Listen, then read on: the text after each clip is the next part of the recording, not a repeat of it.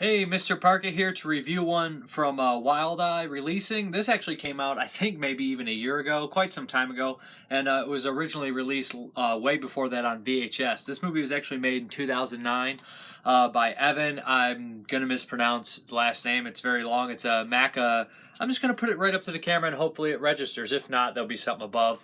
Him and his son have been making films for a long time, and this is the Turnpike Killer. This is the same director the movie Super, which came out, not to be confused with the Joe Pesci movie, the movie that came out about a year after this, 2010. And I remember enjoying that movie quite a bit. Pretty twisted, pretty crazy film.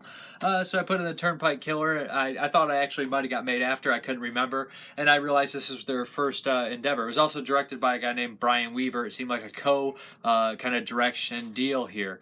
Essentially what we have here is kind of a throwback to 70s, late 70s, early 80s, kind of mean-spirited kind of slasher, serial killer oriented fare, kind of like something like Henry or Maniac or even August Underground. I know that's not 70s and 80s, but more in the terms of that, it does have some shout-outs to that as well. We have kind of a big kind of muscular killer who has some sort of complex. Voices are talking to him, telling him that women are filthy. It's definitely a misogynistic film, think Murder Set Pieces. Not as brutal as something like Murder Set Pieces. And essentially we have this killer who goes around picking off women that he feels are not worthy of living. There's lots of comments, derogatory towards women in this film, and our killer is pretty much the main suspect behind all of it. He becomes focused on one woman, similar to Maniac, and believes she's the one. The voice in his head keeps telling him she's the one. The film is very gritty looking, very dirty looking. It's supposed to kind of look like a VHS, so it's very dark and gritty, and lots of scenes are probably too darker than they should be even for that. The colors are saturated, like the lights look really red, really green. They kind of pop. I kind of dig that as well. The acting ranges from good to bad in this, all over the place. There's nudity in here. Most of it's not really pleasant nudity. Women laying in blood covered, laying naked covered in blood, kind of gross stuff like that. There's kind of some snuff like angle things, with the VHS. It kind of reminds me, like I say snuff because August Underground, there's a couple scenes that remind me of that. The killer is intimidating, is a big kind of scary guy. He's got the Jersey thing going on. He's kind of like almost like a bigger Chris Weidman, the MMA fighter, if anybody remembers that. Nobody knows who that guy is. But yeah, Turnpike Killer is not necessarily something I would love. I mean, I like these types of movies. In this film, I don't really love it, but knowing it's that this their first film made in 2009, there's been so many movies since 2009 that kind of follow this type deal, and there was millions made before, but I've grown tired of it now, and in 2009 I don't think I would have been tired of it, so I got to give it credit for that. It's my fault that I didn't see it when I was supposed to, but yeah, I also listened to the film with commentary, which made me appreciate the film a lot more, actually. These guys definitely love their horror films. They talk about giallos and things like that, and you do see some influences from those in there as well. They do talk about, sometimes people go out and they get these horror movie kind of icons that are in every horror movie ever, and it's better just getting some faces people don't know, or people that are really going to care, even if they're not the best actors. Them caring is going to turn into a better performance than just a horror icon collecting a paycheck. That's what they're basically. I might have taken some liberties at what they said, but they're kind of getting at that, and I kind of agree with that to a certain extent. I mean, sometimes these horror icons can brighten up a film immensely. Other times it just collecting a paycheck. But yeah, I kind of agree with some of the stuff they're saying in here about that kind of stuff. They are kind of comedic. They do say a lot of things that happen on the film. Their lips are definitely not sealed about actors and actresses and things like that.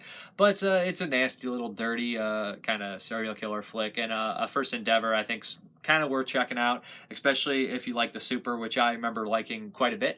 The director's son, Liam, he has a short on here. On this, it says it was directed by him. On Internet Database, it says it's directed by his father and written by him. I'm not sure necessarily what it is. It's called I believe it's called Devil's Moon, which is a werewolf take, and it's kind of the love letter to the Wolfman, even uses the music in there.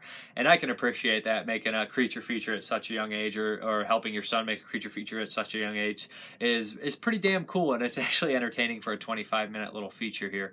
A little short. I kind of enjoyed it, to be honest, and it's cheesy effects. You can see the werewolf's hands, he's just wearing a mask, but some of the shots ended up pretty cool. A lot of snow in the woods. I thought was kind of cool. cool. So, you know, it's fun, and you know what you're getting into and who made it, and there's a lot of heart behind it. There's the commentary I said is also informative, and there was nice to see some deleted scenes, and the deleted scenes in the film I thought covered up a couple of the plot holes. I figured that you just have to assume that the cops are kind of smarter guys to figure out what's going on, but this deleted scene filled in those gaps, and I kind of appreciated it being on there. All in all, you know, it's a nice release. It has a short film, has a commentary, has some deleted scenes, and you know, I'm not necessarily a huge fan of the film, but I think it's worth checking out. You know, somebody says like New York Ripper or Toolbox Murders, and I can see the similarities. Definitely not as gory as something like New York Ripper, and I don't think anything can get quite as mean-spirited as New York Ripper. I would say more like something a less gory murder set pieces meets kind of like a New York, kind of New Jersey style thing. But this is the Turnpike Killer from Wild Eye Releasing. There'll be more information below, places to buy it. But Mrparka, you guys have a good one.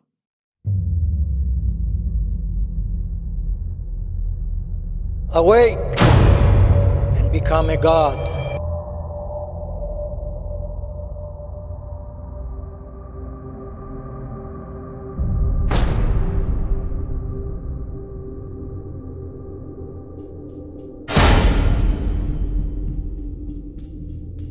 Somebody help, please! Somebody help! Somebody help!